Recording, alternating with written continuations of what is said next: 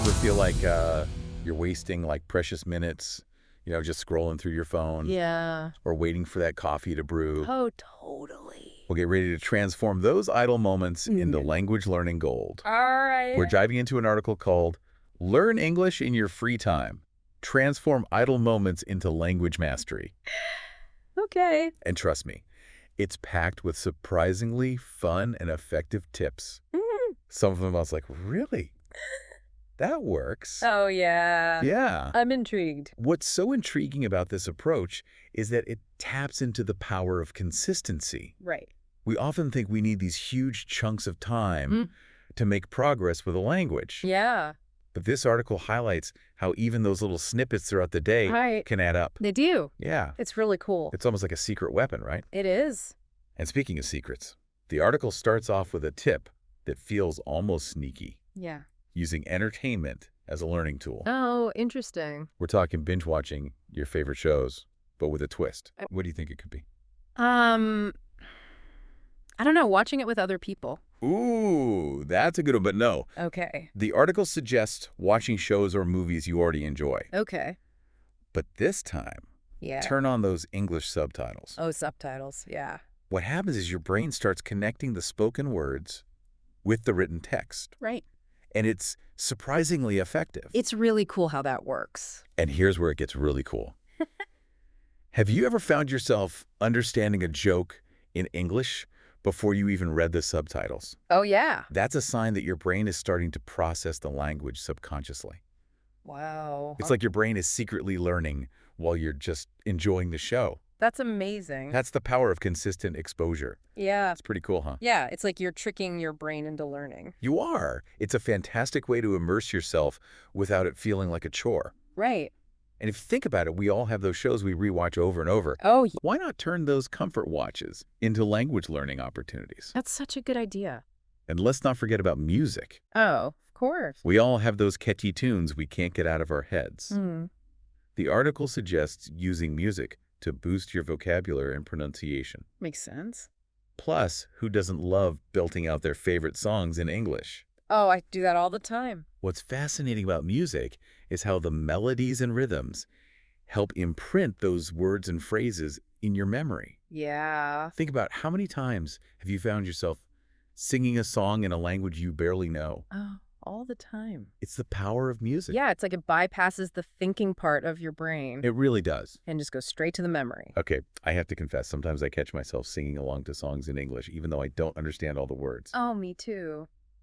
But you know what? It's still fun, It is, and it's definitely helping me get comfortable with the sounds of the language. for sure. If you're enjoying this deep dive so far, hit that like button and subscribe to the channel for more insightful explorations of language learning and other fascinating topics. Yeah, we appreciate you being here. Now, if we're talking about making the most of those little pockets of time, Yeah.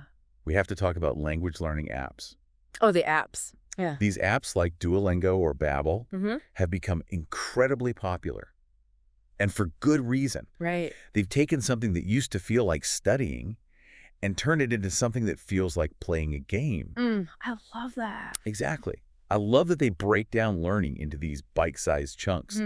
So you can squeeze in a quick lesson while waiting for the bus or even standing in line at the grocery store. Yeah. It's amazing how those little bursts of learning add up over time. They do.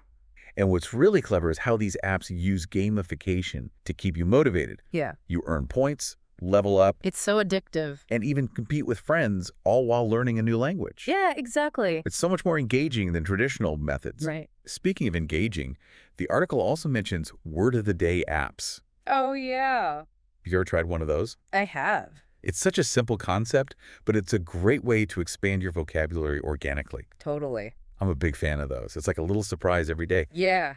And it only takes a minute to learn a new word. Right. You'd be surprised how quickly those words start popping up in your everyday life. They do. It's like a little treasure hunt for vocabulary. Now, I know we're focusing on apps right now, Yeah.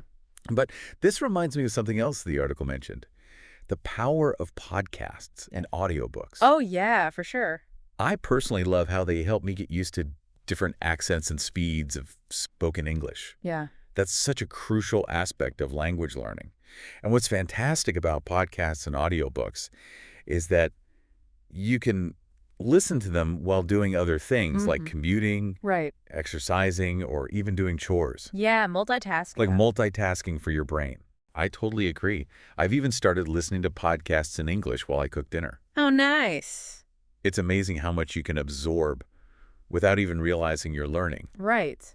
The article also suggests a really clever trick, changing the language settings on your social media apps to English. Oh, that's a good one. It's like creating a mini immersion environment right in the palm of your hand. Right in your pocket. Yeah. I love that idea. You're already scrolling through social media every day anyway, so why not make it work for your language learning goals? Exactly. Those small, consistent habits that make a big difference in the long run. They do. And speaking of social media, Yeah. the article suggests following English-speaking influencers in a field you're already interested in. Oh, smart. It's a way to make the learning feel less like studying and more like exploring your passions. Yeah. Genius, right? It is. Absolutely. And, it doesn't even have to be social media. Right. Think about the websites you visit regularly, Yeah. the blogs you read, the YouTube channels you subscribe to. Sure. Could you find English language equivalents that align with your interests? Yeah. It's all about finding ways to integrate English into your life in a way that feels natural and enjoyable. For sure. And if you're really looking to level up your reading skills, Oh, yeah. the article recommends checking out tools like LingQ and ReadLang. Okay. They offer these incredible interactive reading experiences Cool. where you can click on any word you don't know and get instant definitions or translations. Oh, wow. It's like having a personal language tutor built right into the text. It is, yeah. I've dabbled with a few of these tools myself, and it's amazing how much easier they make reading in English. Right. Plus, they often have built-in features to help you track your progress and review the words you've learned. It's like they thought of everything. They did. It's all about taking the friction out of the learning process. Right. Making it as smooth and enjoyable as possible. Exactly. And speaking of enjoyable, Yeah. have you ever considered the power of writing? Oh, writing. Even if you're not aiming to be the next Shakespeare. Right. Oh, absolutely. The article makes a great point about how even simple writing exercises like journaling can be incredibly beneficial. Yeah. It's a fantastic way to get your thoughts flowing in English without the pressure of perfect grammar or a formal audience. Right. Exactly. And what's fascinating is that the act of writing itself helps solidify those grammar rules and vocabulary in your mind. It's like you're training your brain to think in English. Yeah. One sentence at a time. I like that. Just like that saying, practice makes perfect. Right. But honestly, I think it's more about practice makes progress. Yeah. And even if it's not perfect, putting those words down on paper or on the screen helps you become more comfortable and confident. I agree. The article also encourages engaging in online discussions, Oh, okay. leaving comments on blogs or YouTube videos, Yeah. things like that. That's a good idea. It's a way to apply your writing skills in a real-world context and see how English is used in different situations. Yeah, I like that. That's such a great point. And hey, if you're enjoying this deep dive and finding these tips helpful, Yeah. don't forget to hit that like button and subscribe to the channel for more language learning insights. We'd love to have you. We love having you here. Now, remember those language exchange partners we talked about earlier? Oh, yeah. Well, they can be incredibly valuable for getting feedback on your writing, too. Oh, that's true. It's like having a personalized writing coach. Mm-hmm. Plus, you get to help them with their writing in your native language. The good exchange. It's that beautiful exchange of knowledge and support that makes language learning so rewarding. For sure. It's a win-win situation. Speaking of wins, let's not forget the importance of having some fun while we learn. Oh, absolutely. This article really emphasizes the idea that language learning shouldn't feel like a chore. Right? It should be an enjoyable adventure. That's the key. I couldn't agree more.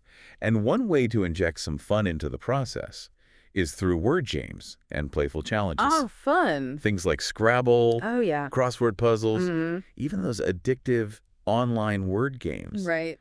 They're not just fun. They're secretly boosting your vocabulary and spelling skills. I love it. Absolutely. And those little personal challenges, like learning a certain number of new words each week, can make a big difference. Yeah. It's about turning language learning into a game. Right. Something you actually look forward to. Yeah, I like that. I love that because, let's be honest, consistency is key when it comes to learning a language. Yeah. And if you're not enjoying the process, it's so much harder to stay motivated. Right. It's about finding that sweet spot where learning feels effortless, Yeah. where you're so engrossed in the experience that you forget you're even studying. That flow state.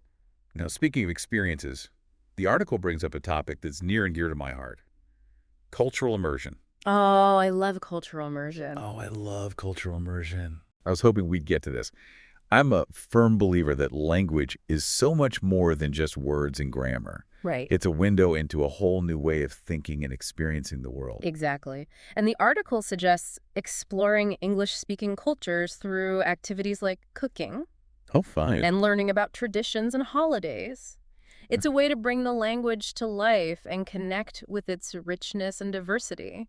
I couldn't agree more. I've actually been experimenting with some English recipes lately, Oh, nice. and it's amazing how much you can learn about a culture through its food. Yeah, It's like taking a mini vacation without even leaving your kitchen. it is. And those mini vacations can extend beyond food, too. Right. Think about exploring English language music, films, literature, Yeah. even online communities. Mm. It's all about creating a multifaceted immersion experience Yeah. that engages your senses and sparks your curiosity. That's what makes it so fun. It's like building a little English-speaking world around yourself. I love. And you know what those visual aids the article mentions, like mind maps and flashcards? Yeah. They can be incredibly helpful in this process, too. Absolutely. Mind maps are fantastic for organizing new vocabulary or grammar concepts, Right. creating a visual representation of how everything connects. Yeah. And flashcards, whether physical or digital, are great for quick review sessions. They help those words and phrases stick in your memory.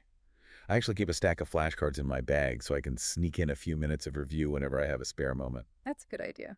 It's all about finding those little pockets of time and making the most of them. I agree. Now, as we're nearing the end of our deep dive, Yeah. I want to circle back to something crucial that the article emphasizes. Mm. Motivation. Motivation, yeah. Motivation is the fuel that keeps us going, Mm-hmm. especially when the going gets tough. It does. And language learning definitely has its challenges, right? It does, yeah. It does, and that's why the article reminds us to connect with our why. Or why. Why are we learning English in the first place? Right. Is it for travel, Yeah. career opportunities, Mm. personal fulfillment? Could be anything. Whatever that reason is, keeping it front of mind can help us stay motivated even when we face obstacles. Yeah, definitely. It's like that North Star that guides us on our journey. It is. Because, let's be honest, there will be times when we feel frustrated, Oh, yeah, stuck, or maybe even tempted to give up. for sure. But it's in those moments that we need to remember why we started this adventure. Exactly. Whether it's to connect with people from different cultures, unlock new opportunities, or simply expand our horizons, our why is what will give us the strength to keep going. Sure. It's like that spark that ignites our passion and reminds us why this journey is so worthwhile. Yeah, I like that. And speaking of worthwhile journeys, if you're enjoying this deep dive, don't forget to give it a thumbs up and subscribe to the channel for more insightful explorations of topics that matter to you. We love making this content. We're all about making knowledge accessible and engaging. Yes. Now, before we wrap things up, Yeah. I want to leave you with a final thought-provoking question. Okay, hit me. Something to ponder as you continue on your language learning adventure. All right. I love those. Okay, hit us with it. All right. What's the question we should be asking ourselves? How might learning a new language change how you think about the world? Wow, that's a powerful question. Yeah. I'm already starting to think about how different perspectives and ways of expressing myself might open up just by learning English. They're pretty cool. It's fascinating to consider how language shapes our thoughts and perceptions. Mhm. Even simple things like grammatical structures or the availability of certain words can influence how we interpret the world around us. Yeah, it's like you're seeing the world through a new lens. It's like suddenly having access to a whole new set of tools to understand and interact with reality. Mm. And, thinking back to the beginning of our deep dive today, Yeah. it's incredible how many of those tools are already within our reach. Yeah. Hidden in plain sight in our daily routines. Totally. That's the beauty of this approach. Yeah. It's about empowering you to take control of your language learning journey and find those little pockets of time that work for you. Exactly. So let's recap, shall we? Okay. We started by exploring how entertainment, like binge-watching shows with English subtitles, can be a sneaky way to immerse yourself in the language. It's sneaky, but it works. Then we dove into the world of language learning apps, those bite-sized learning games that make progress feel fun and rewarding. Love those. And let's not forget the power of podcasts, audiobooks, and even changing the language settings on your social media apps. Oh, yeah, those are good ones. It's about creating an environment where you're constantly exposed to English in a way that feels natural and engaging. Right. Oh, and we can't forget those word of the day apps. Oh, right. Little vocabulary boosts that brighten up your day and expand your linguistic horizons. Love it. And speaking of expanding horizons, we talked about the importance of connecting with language exchange partners. Both for practicing speaking and for getting feedback on your writing. It's such a good way to meet people, too. And remember those interactive reading tools like LingQ and ReadLang? They make tackling those English articles and stories so much easier and more enjoyable. And less intimidating. Plus, who can resist a good word game now and then? Oh, not me. Word games, playful challenges, exploring English-speaking cultures through cooking and traditions. It's all about finding those sparks of joy that make the learning process feel effortless and fun. For sure. And as we wrap up, I want to emphasize something crucial. It's okay to make mistakes. Oh, absolutely. In fact, embracing those mistakes as part of the learning process can make the journey even more rewarding. Yeah, you learn so much from your mistakes. Absolutely. I've made so many hilarious blunders along the way, but you know what? They've helped me learn and grow. Yeah. It's all part of the adventure. And hey, if you have any funny English blunders you'd like to share, we'd love to hear them in the comments below. Yeah, let us know. And if you've enjoyed this deep dive, be sure to give it a thumbs up and subscribe to the channel for more explorations of fascinating topics that spark your curiosity. Yes, please subscribe. We release new episodes every week. We do. So hit that notification bell so you don't miss a thing. Let's see you next time. Keep those English muscles flexing, everyone. See you on the next deep dive.